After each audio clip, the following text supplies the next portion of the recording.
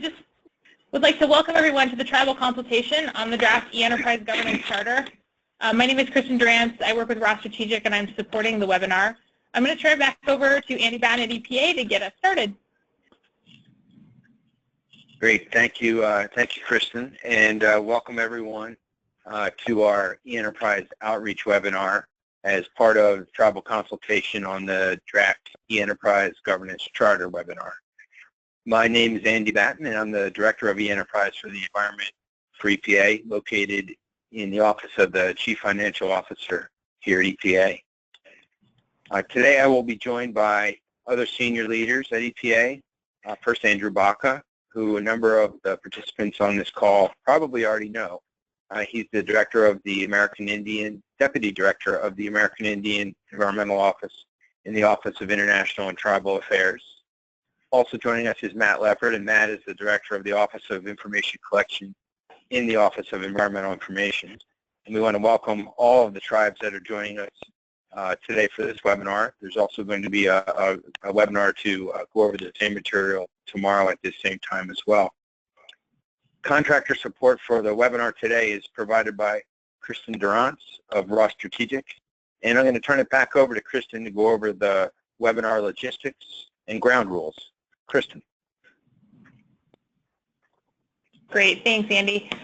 So just a quick run over of our logistics. As you've noted, everyone is in listen-only mode. That is because we are recording today's webinar, and it just makes it easier to manage background noise and that kind of thing.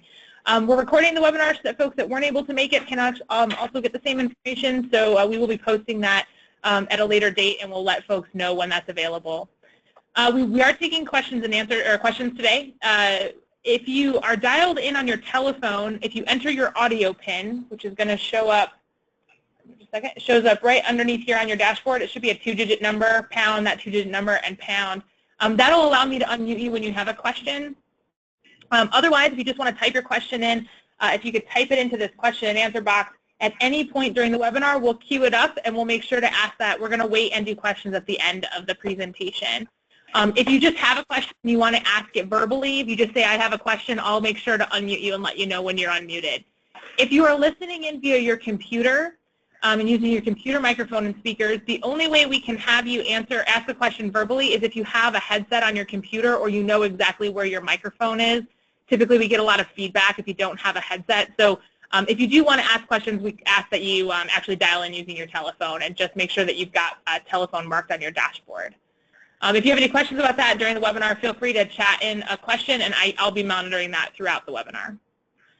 If your control panel, which is this, we call it the dashboard right here, minimizes, a lot of times it'll automatically minimize. This little red arrow is going to show up on the side of your screen, either at the top or the right side of your screen. If you just click on it, it'll actually expand and collapse this whole dashboard.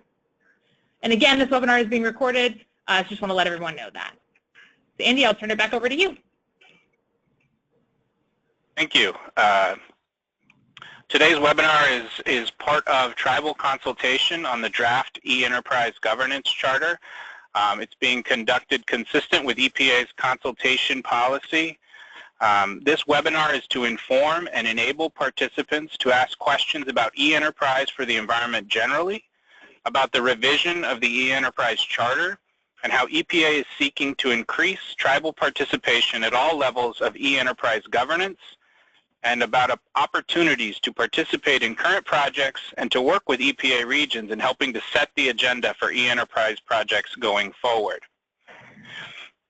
First, today, Matt Leppard and Andy Batten will give a brief overview of e-Enterprise for the environment. Next, Andy will talk about the draft e-Enterprise Charter and Tribal Consultation. Then he will discuss e-Enterprise projects in which tribes are currently participating and opportunities for tribes to participate in additional projects, including a process for tribes and EPA regions to advance their own priority joint streamlining projects that could become national projects. When the presentation part of the webinar is concluded, we will open it up to questions and dialogue and input. At this point, I'm going to turn it over to Matt Leppard to give some more detailed background about e-Enterprise. Well, thank you. So, first of all, what is e-Enterprise? E-Enterprise is really about really about a new model for collaborative leadership among environmental co-regulators. It's aimed at simplifying and modernizing the implementation of our long-standing environmental programs. And it can be distilled down into three basic things. First, it's about streamlining business processes, of which we have many across the various media programs. Secondly, it's about introducing technology where appropriate to maximize efficiency. And I think, it is where appropriate. This is not exclusively about technology. It's about using technology to enable those efficiencies. And lastly, it's through joint governance. It's ensuring that we share ownership and adoption of processes that are streamlined. In other words, we may have a community that streamlines a part of a business process, but we want everyone to know about that, to embrace it, and to then institute it across that community that uses those processes. So it's a fairly simple concept, but naturally, because it's so broad and affects, it's a very deep concept as well, and it's a hugely ambitious effort. I'm excited to be part of. Next slide, please. So we talk about e-enterprise, but prior to e-enterprise, there was the exchange network, and we believe that the e-enterprise, the foundation of e-enterprise, is really the exchange network itself, and the tribes have been involved in the exchange network since its inception of the exchange network, and they've been a big part of that success. As many of the callers, I know they are participants in the exchange network. As many of you know, the exchange network is a data exchange platform to package and share environmental information among co-regulators and others. E-enterprise is related to this because it is intended to first streamline environmental business processes and then incorporate information technology such as the exchange network develops for maximum benefit. I'll also say on the aside that I think another facet of exchange network that is a foundation of the enterprise is the community that has evolved and developed over time across the tribal governments as well as the states with EPA in developing the exchange network. It's that community, that sort of initial co-governance model that I think is also very important. The intent of the exchange network is to streamline processes and so that we automate where necessary for all us to use our shrinking resources efficiently. And while it's not the main subject of the consultation, e-enterprise will continue to be woven into the exchange network grant program to ensure that we advance both the exchange network and e-enterprise in an integrated way. I'm now going to turn this over to Andy to talk about the 3 goals of the enterprise. Thanks, Matt. So on slide 8, we are going to start walking through the 3 goals. And the enterprise has established 3 main goals that at a high level describe the fundamental change that we are working to accomplish. The first goal is aimed at improving the effectiveness of current programs by streamlining business processes.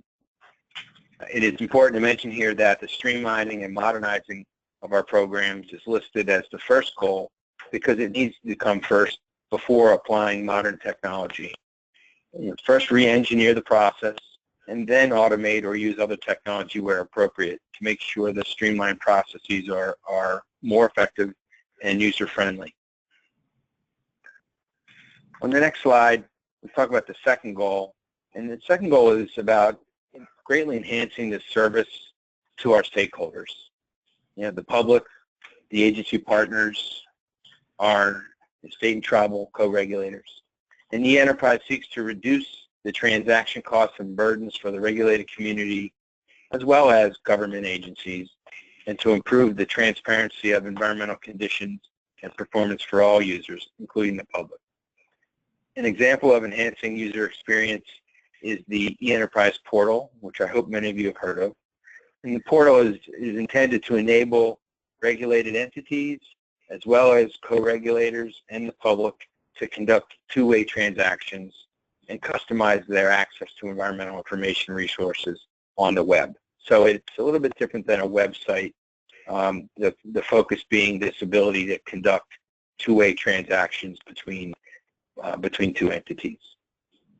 Another example under development of this enhancing services is the work that the air program in EPA is doing with the state of Texas and Arizona to consolidate streamlined air emissions reporting. So we could and will get into several examples of other projects that will highlight where we're trying to enhance services, and many of which are directly where we have direct tribal engagement. So we're going to cover those in a few minutes. But I'd like to go to the third goal of e-enterprise, and really, this is at the heart of what e-enterprise is all about, and that's joint governance. Joint governance means that e-enterprise is to be co-managed through collective conversations, negotiations, and direction setting in which the tribes, states, and EPA work together to make decisions together. There are 3 governance bodies in e-enterprise. The e-enterprise Leadership Council, which we call the EELC, and that provides, their role is to provide strategic direction to both e-enterprise and the exchange network that Matt just talked about. The next governance body is the management board and the interoperability and operations team, and both of those groups report to the e-enterprise Leadership Council, and they provide oversight and technical direction for e-enterprise and exchange network projects. Earlier in the agenda, we talked about the 2016 Partnerships Action Plan, which calls for expanded tribal participation in e-enterprise, both on the governance bodies and in the e-enterprise projects. And this is an important goal that we're pursuing this year, and really at the essence of the discussion here on the charter and part of the consultation. So on the next slide, slide 11, I wanted to get into the discussion of the charter itself and tribal consultation. The first e-enterprise charter was signed in September of 2013, and it was simply to establish the e-enterprise Leadership Council. In doing the first review of the charter last summer, so we have a regular review process of seeing the currency of the charter, and in reviewing this last summer, the Leadership Council decided that there were 3 main areas that needed to be revised. One area was to replace a couple of interim committees that had been supporting the work of the Leadership Committee with more inclusive governance bodies. Another area was to improve coordination between e-enterprise project teams that needed to include services within their products, and along with the exchange network that was supporting the development of the services. So it was really about making sure that there was a tighter link between the technical achievements that have been the hallmark of the exchange network, along with the commitment through joint governance to modernize and streamline processes before applying those technology services. So the Leadership Committee decided that the best way to go about this change to the charter was to bring e-enterprise and the exchange network governance together. And that has been done with the creation of these 2 other groups that I mentioned a moment ago, the management board and the interoperability and operations team. The third area was to increase and move towards full tribal participation throughout the enterprise governance, and particularly on the Leadership Council, and that is the crucial jumping off point for this consultation today. When we distributed an earlier version of the draft revised charter, back in February, we received some very valuable comments from Gerald Wagner, as well as from Frank Harjo and the Tribal Governance Group. And several substantial revisions were made in response to the comments received from them, which resulted in a March 8th version of the charter that was distributed with the March 9th consultation letter. And this letter was sent by EPA's Deputy Chief Financial Officer, David Bloom. The agency decided to initiate the formal consultation process because we found the initial dialogue that we had begun with the tribal comments that I mentioned a moment ago from Gerald and Frank and the tribal governance group. We found that they were very productive and informative to EPA on some important revisions, but we wanted to continue that dialogue to enable all the tribes to review and comment on all the provisions of interest within the charter before it's finalized. The consultation letter highlighted 2 places where comments were specifically requested. One is asking for ideas for approaches to support tribal members of the enterprise governance in collecting wide tribal feedback. And the second asks for ideas to organize an appointment process for tribal members of the Leadership Council after the charter is finalized and ratified. And while we've highlighted our request for input on these 2 matters within the consultation letter, we invite and welcome comment and input on any part of the draft charter, and particularly on any provision directly affecting tribes. So on the next slide, the slide identifies the current members of the Leadership Council and demonstrates that collectively we've pulled together a high-level group of senior environmental officials from across the country and within EPA headquarters that are committed to modernizing how we do business, how we do our business, and how we are going to transform this work together. And we plan and expect to add more tribal members to this list. You see in the bottom corner that Gerald is listed there, and there's 2 TBDs, as well as 2 additional or 3 additional ... And by that, we're not specifying that there's a particular number that we are anticipating. This was just one of the points of feedback that came from Gerald. So we are really interested in hearing from the tribes in general about how they should be represented on the council itself. And I wanted to let you know that we're not waiting for the charter to be finalized to increase tribal membership on the Leadership Council.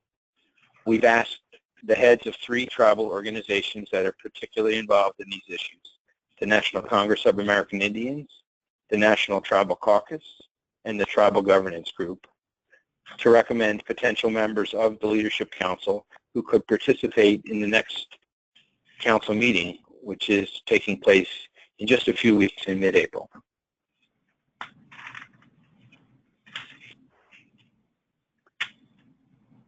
There are, on slide 13, we're going to get into a discussion of projects. This is a particular area of interest that I know Frank Harjo and some others had asked us to address.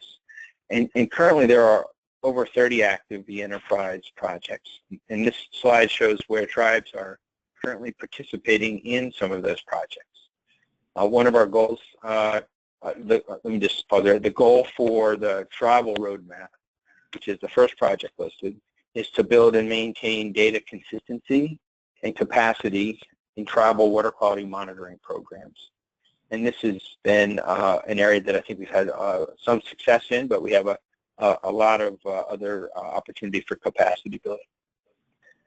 The second project is the local government portal, and this is really for local government and small community officials to quickly assess environmental compliance assistance, quickly access environmental compliance and assistance tools and resources. And discussions are underway to build a tribal component, and this will be a resource that will be accessible through the e-enterprise portal. The third project is the e-enterprise for the environment portal itself. And this is a new user-friendly web platform that modernizes the way the public, the regulated community, and environmental co-regulators find and exchange important information and conduct those two-way environmental transactions. So it's not just about a website where you come look for information. It's about being able to do two-way environmental transactions that may exist between the regulated community and co-regulators or between co-regulators. We're also seeking opportunities to broaden further tribal participation in e-enterprise. And as I mentioned, there are about 30 active projects today, and that number will undoubtedly grow. And among these, there are a number of other projects that may be of particular interest to tribes, and where there may be some consideration for additional participation. And I just wanted to suggest these as for consideration. Again, I would ask that the full portfolio of projects be provided, and you have a chance to look at these. But 3 of them come to mind immediately. The first is the Integrated Watershed Monitoring Networks project, which supports watershed-based monitoring networks, gathering and organizing and reconciling water quality information from multiple and diverse sources into a single, interoperable, and accessible data platform. A key aspect of this project that I just want to highlight is they are trying to focus on the use also of continuous monitoring, that is more frequent and accessible monitoring, and the ability of that information to come together more readily. The second project to mention is advanced monitoring, and it's a strategy that we are pursuing to evaluate how advances in monitoring, such as the continuous monitoring that I just described, how advances of monitoring such as that and others could impact and assist us with our environmental programs, and identify where the most strategic activities that we may need to take over in the next few years come to bear, so that we have an opportunity to target those activities we want to pursue, and we begin our going down the path to ensure that these technologies become usable.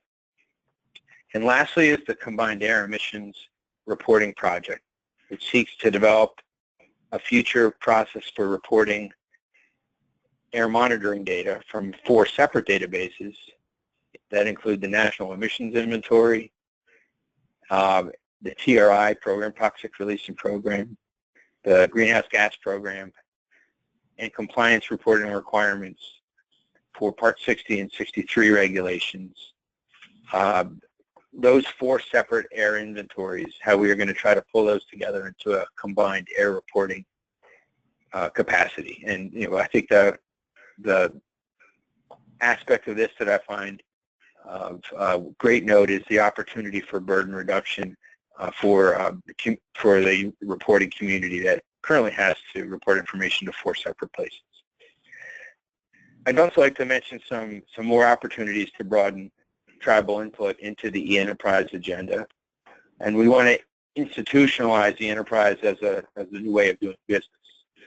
One way of doing this is to embed e-enterprise into EPA's formal operational structure, which is what we did when we added it to our national program guidances.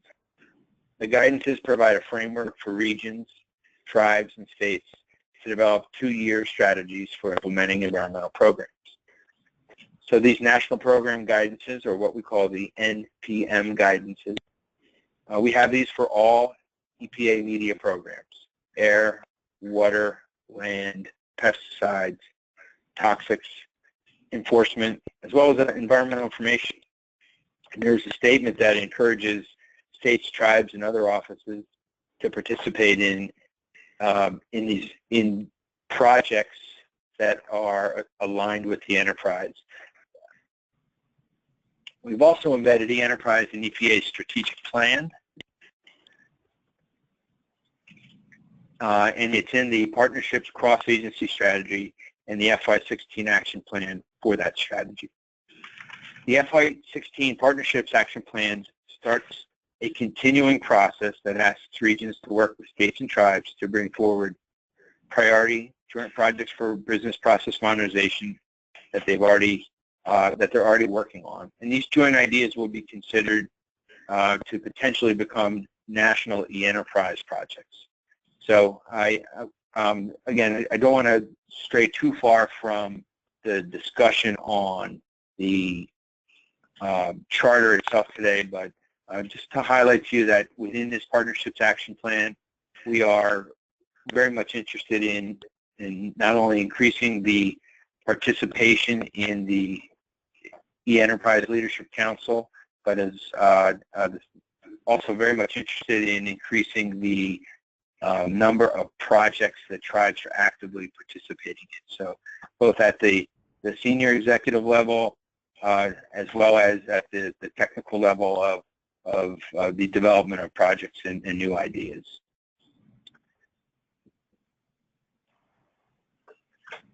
So I want to go to slide 18 just for more information, and in the interest of time, encourage you to visit the websites that are listed there. And in addition, feel free to contact the following people regarding the enterprise, the draft governance charter, or the FY16 partnership action plan that I just got done mentioning. And I'm going to turn this back over to Kristen to moderate our question and answer session. Kristen. Great, thanks, Andy. So at this point, I don't have any questions typed in. So if folks want to let me know that they have a question, either by chatting in, if they have a question, I can unmute folks.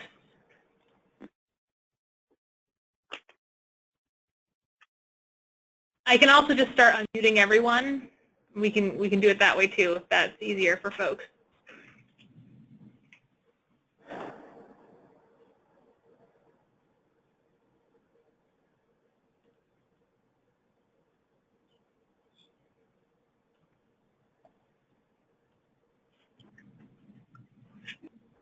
Any questions at all?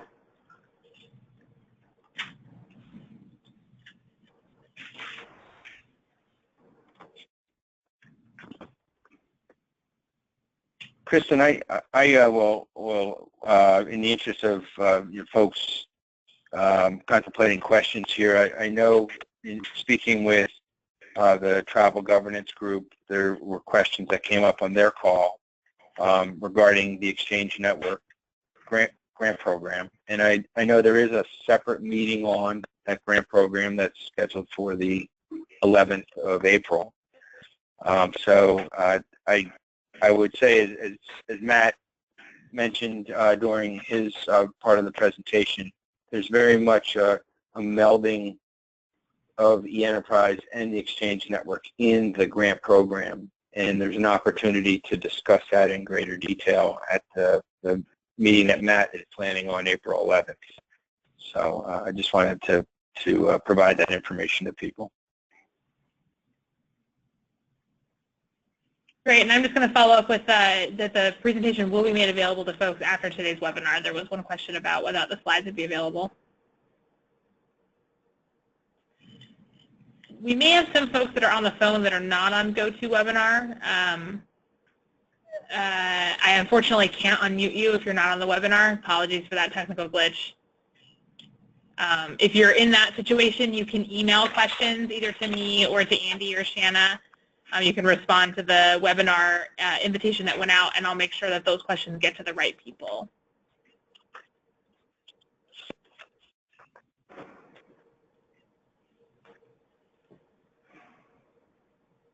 Hi, Kristen. This is Beth Jackson with the Office of Environmental Information, and I just wanted to make sure, and I know Andy mentioned this, Andy Batten mentioned this earlier in the webinar, but also just highlight those two focus areas in the consultation letter where E-Enterprises and the EPA are specifically requesting feedback. And again, it doesn't mean you have to limit your feedback to that, but EPA is particularly interested, based on the feedback we've received to date, on thoughts from tribes on supporting tribal members of the enterprise governance structure and collecting broader tribal feedback as this moves on, and also thoughts on organizing a nomination process and appointment process for tribal members of the E-Enterprise Leadership Council, once the charter is finalized and ratified. So that's sort of future.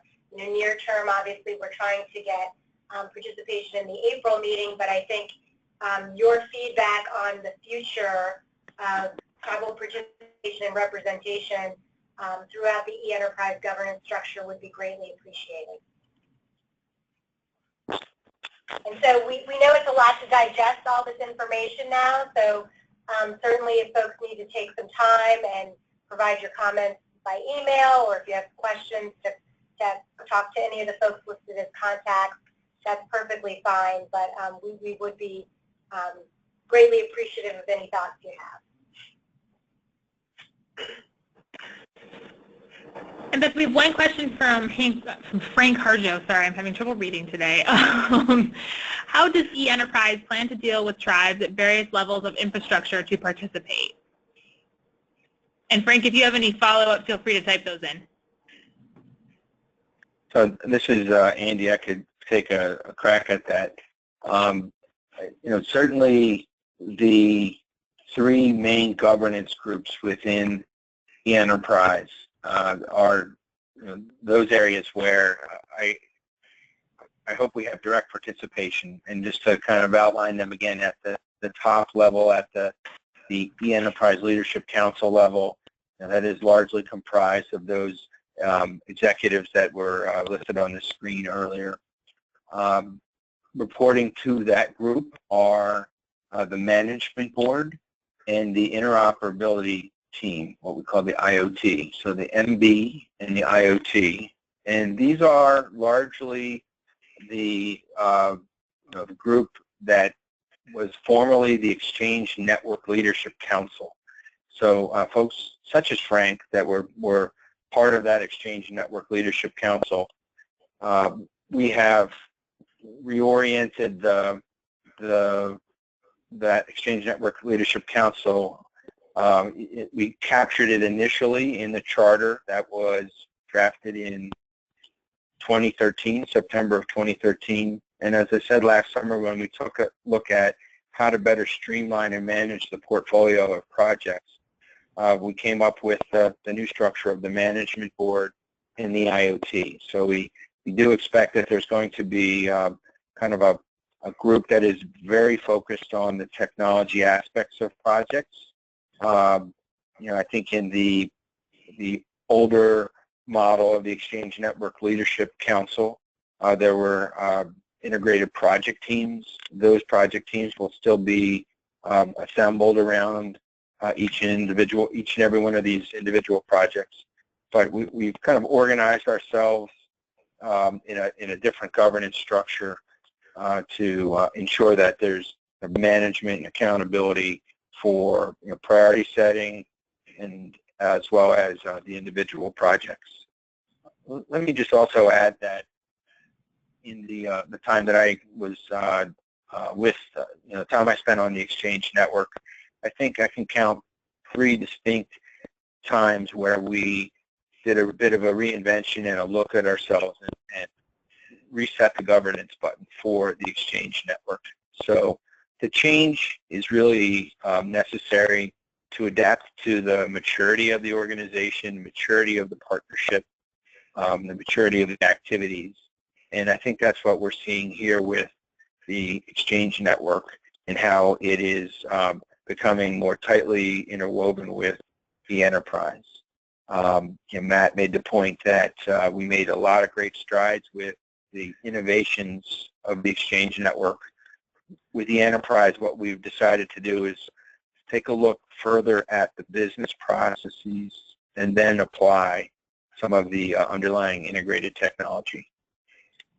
I would also add, Frank, maybe this is another part of what you're thinking, and I'd ask you to please correct me if I'm wrong. But capacity building is a lot of what we hope to do with some of the projects that are coming to light. So the watersheds work, the tribal roadmap for watersheds, watershed monitoring, that is. The idea behind that project is to understand where there are still gaps and where capacity needs to be built, and to do a case study of what made it possible for some of the other tribes in particular to be able to do water quality monitoring. So we've developed a stepwise toolkit, we call it the roadmap, with the intent to explicitly focus on capacity building and water quality monitoring. So it's we're really beyond the governance, beyond the projects, the focus of the projects, the ideas for these projects. Hopefully they are taking into consideration areas where there are gaps, areas where we do need to build capacity, and those new project ideas coming from tribes. Those ideas are going to be really important for us to hear. And I hope that answers the question that you had, Frank.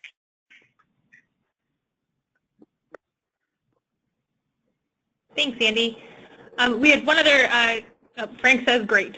We had one other question on when and where the April meeting is being held and for how many days. That's from Billy Maines. Can you repeat that question? Sorry, Billy Maines is just curious when the EELC meeting is being held. So when and where is the meeting and for how many? Good. Okay, I'm sorry. So the what we have tried to do is piggyback on the ECOS meeting, and we're going to do that again in the month of April. So the ECOS meeting itself is going from, I think, the 9th or 10th of April, and it ends on the middle of the day on the 13th of April. So the ECOS meeting will come to a close, and we will then convene the E-Enterprise Leadership Council meeting. So it runs from midday on the 13th of April to midday on the 14th of April. And that is just the next face-to-face meeting. Just to expand on that a little, they are aiming to have 2 face-to-face meetings each year, and again, I think we'll try to capitalize on the ECOS meeting because I know tribes are now attending those. But we also have a call about every 6 weeks for the E-Enterprise Leadership Council, and that may be something to factor into the participation. What is the level of effort required to participate? So it's 2 face-to-face meetings a year and a phone call that lasts about 2 hours, and those calls will be every 6 weeks. The other groups, the management board and the interoperability team, they are meeting on a more frequent basis.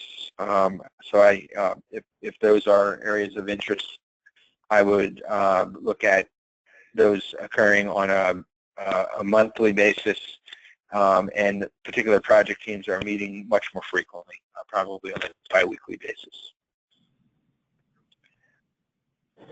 Andy, go ahead. Go ahead, please. Sorry. Gerald, while I just mentioned that the April meeting clashes with the RTOC meeting, I'm not sure what RTOC stands for. Regional Tribal Operations Council. So and then we have, Billy was also, I'm sorry, Andy. Nope. Billy was also curious when the fall meeting was going to be. We'll have to get back to you on that fall meeting. Somebody there has internet access and may be able to look at the time and place up, but my guess is it's going to be in September. I'll look right now.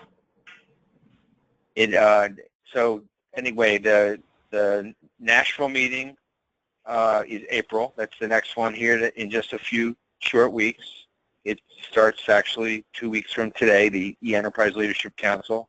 And then the fall meeting is I think the question that others are asking for. When is that meeting? Yep, and it looks like, Andy, based on the ECO schedule, I think it's tentatively scheduled for September 27th and 28th, and that'll be in Wheeling, West Virginia. Okay.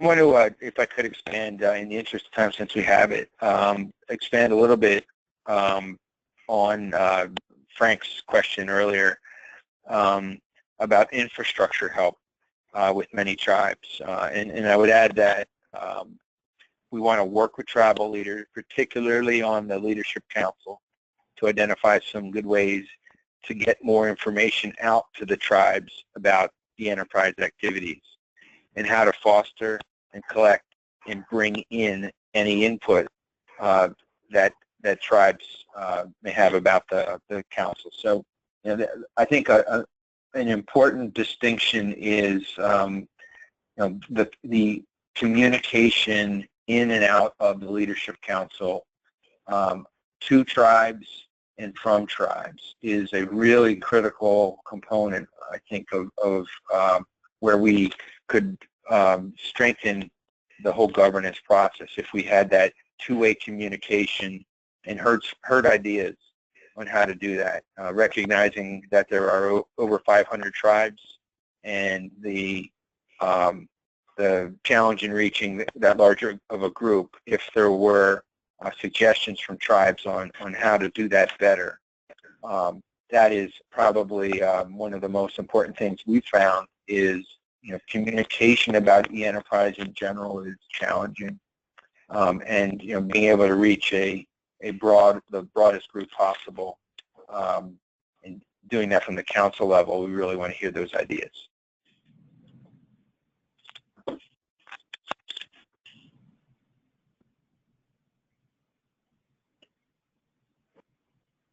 And I think I'm looking at the website. Kristen, does Billy have another question? I'm seeing the question mark next to his name on the hand raised. There was just some clarification about where the April meeting was being held, and so I just let him know it's in Nashville. So the April meeting that's in 2 weeks is in Nashville, Tennessee. Okay. And go ahead. He does have another question when you're ready. Go ahead. Where, when, and how are the members elected, nominated, or selected for the EELC from the states and EPA? So each of those groups has its own separate process of appointing names. EPA, we focused on the working with our deputy administrator and the heads of our line offices, air, water, solid waste, as well as some of our regional representatives. So we have our process by which we surface the right names for the council, as well as the management board and the IOT. And in turn, the states have their own process by which, and I think it's through ECOS, they have a way of identifying members, and as there is turnover, seeking replacement members. And again, for all levels of those governance boards, the E-Enterprise Leadership Council, the Management Board, and the Operations Team. And that's one of the things that we really do need to hear from tribes about. There are undoubtedly processes that you are aware of for surfacing we're coming up with the nominees, and we don't want to dictate how to do that or the number of people that would sit on these levels of governance.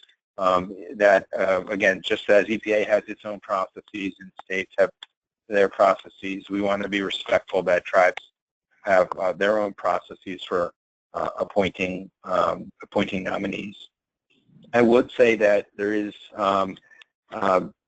a participation clause that is within the draft charter that I wanted to point to, that it's important that there are meetings, that there's attendance at these meetings, and on page 5 of the current draft charter, we start talking about the managing principles and the expectations of people that sit on these governance levels. So I wanted to just call your attention to that. And again, just to summarize, we really want to hear from tribes. They're going to be respectful of the process by which you want to appoint members. But all members of the governance, whether it's states, tribes, or EPA, will be that the attendance and participation clause applies to all people that are on that council. So there is an expectation that we have the ability to have a quorum so that decision-making and priority setting can occur. Was there a second part to that question? Yes, there is. Billy also asked, I would like to see equal representation on the EELC for tribes. Are you considering 10 tribal reps? And are you asking how the tribes select those reps? We're not asking how they are setting the number of representatives. So again, each organization has their own respective processes. I would, I think, be mindful of the participation clause within the charter as written. We frequently find even the states have, they can only carry so many participants on here because there's so much turnover, and there's a limit at which there's a diminishing return. But we have not set a particular number in mind for the tribes.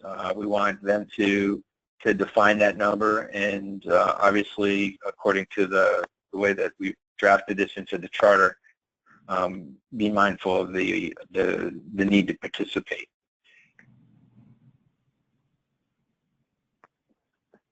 Looks like there were other questions. Yeah, Gerald Wallach also asked if this webinar was set up for TGG members or were others invited as well. And just a reminder that we do have another webinar set up for the same time tomorrow for anyone that's interested. This webinar was set up as a result of national consultation. So a letter was sent out to over 560 tribes that had in it the details for this webinar as well as the one tomorrow. I just happen to have recently had a meeting with Frank, so talking about the TGG or talking about Gerald and feedback I received from him. It's as a result of meetings that I've had with him recently.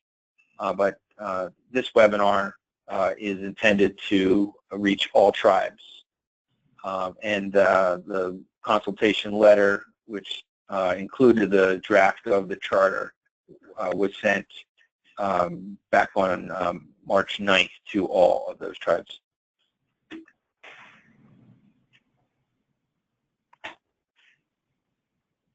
Thanks, Andy.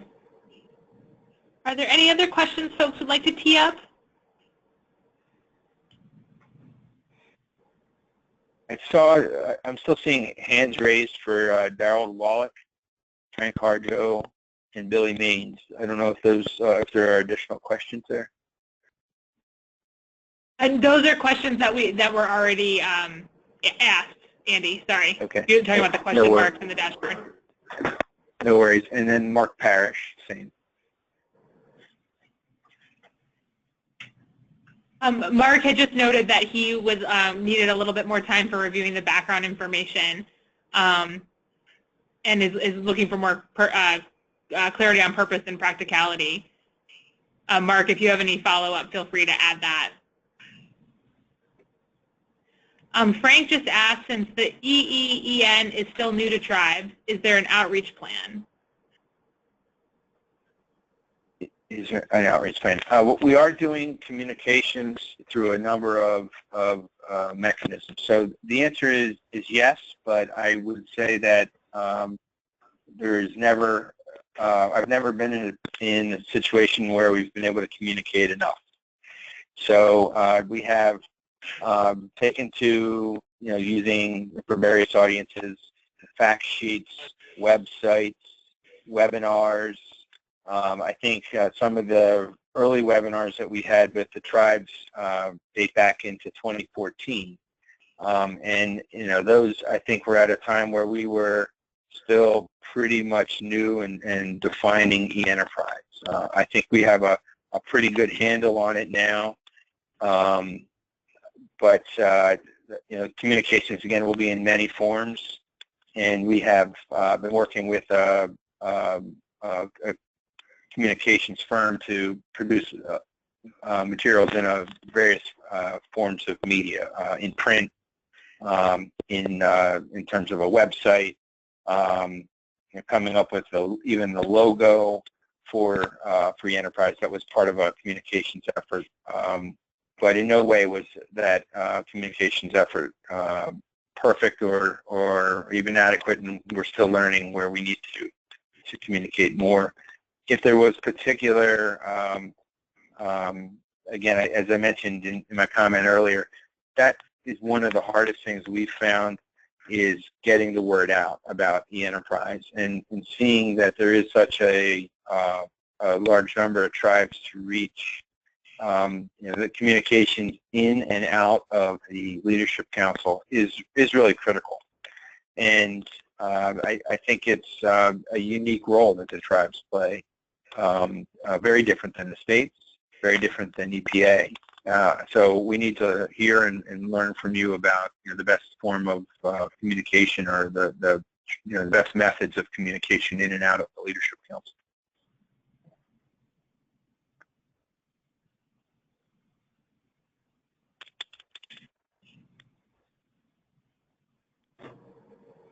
Thanks, Andy. Any other questions from folks?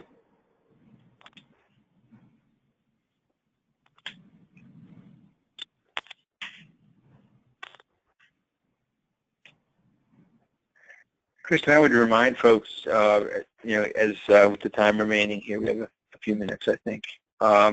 We are looking for comments on the charter. As Beth had mentioned, the consultation letter that went out on March 9th, there were 2 places that we were specifically looking for comments, but we would welcome comments on anything. And we were hopeful to receive comments back by the 14th of April, which is 2 weeks from tomorrow. So hopefully folks have a chance to read through the materials, participate in these webinars. You could send comments to me. My email address was on the webinar here. It's also in the consultation letter. And I want to encourage folks to give me a phone call if you have any questions at all. I'd be happy to try to answer them, and where I can answer them, I will seek help and answer your questions. But April 14th is the period that we are really looking to have comments back from people on the draft charter. And I really hope to also see folks at this meeting in Nashville. I think that we are going to see several tribes in Nashville in about 2 weeks. So let me just ask one more time, Kristen, if you could search, or are there other questions? Yeah, we've got one more question from Billy Maines. As you know, there are a number of EPA programs that have their own leadership advisory groups. Like the Office of Water has the National Tribal Water Council, Office of Air has the National Tribal Air Association. Why wouldn't the tribal governance group fit into this role, especially when this encompasses the exchange network?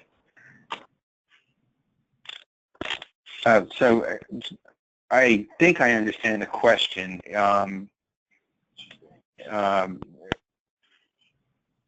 Why wouldn't those other groups fit within the E-Enterprise Leadership Council? I think he's asking why the TGG wouldn't basically act the same as the National Tribal Air Association does for the Office of Air, and the National Tribal Water Council acts for the Office of Water. Why the TGG wouldn't be the same place for E-Enterprise Exchange Network. But Billy, if I'm incorrect about that, please let me know.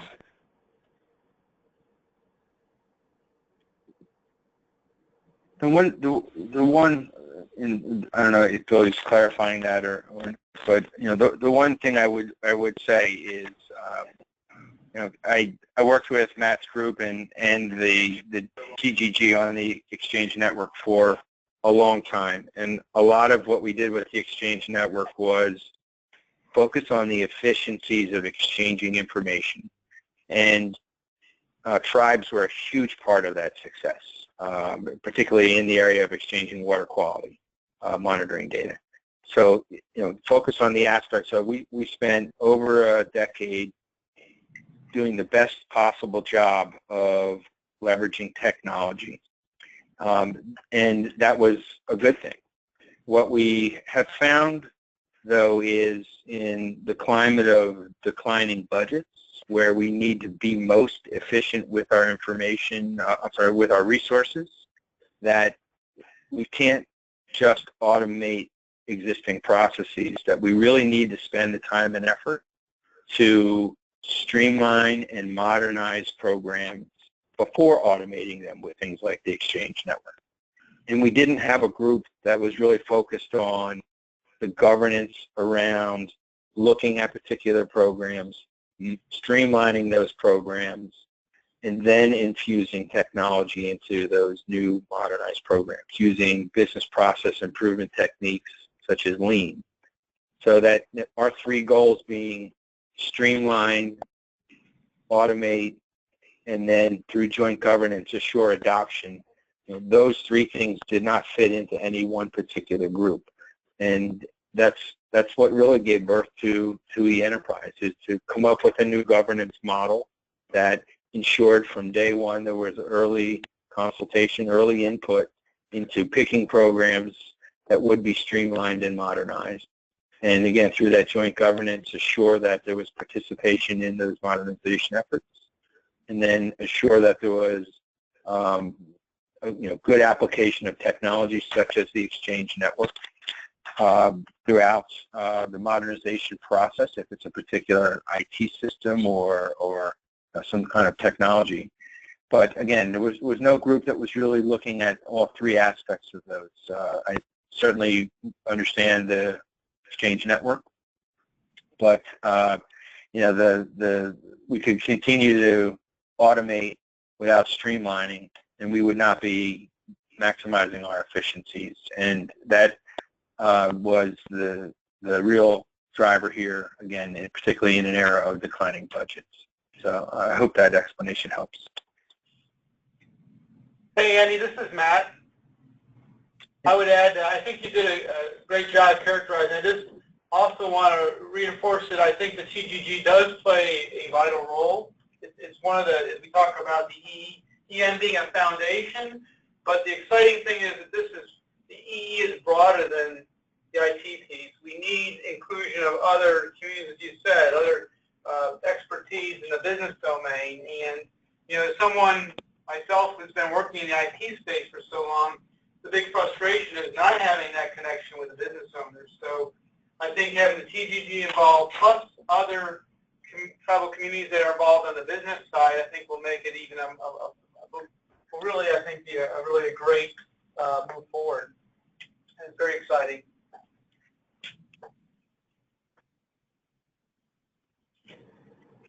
Thanks, Matt. I think we're at the top of our hour now. Andy, do you want to wrap things up?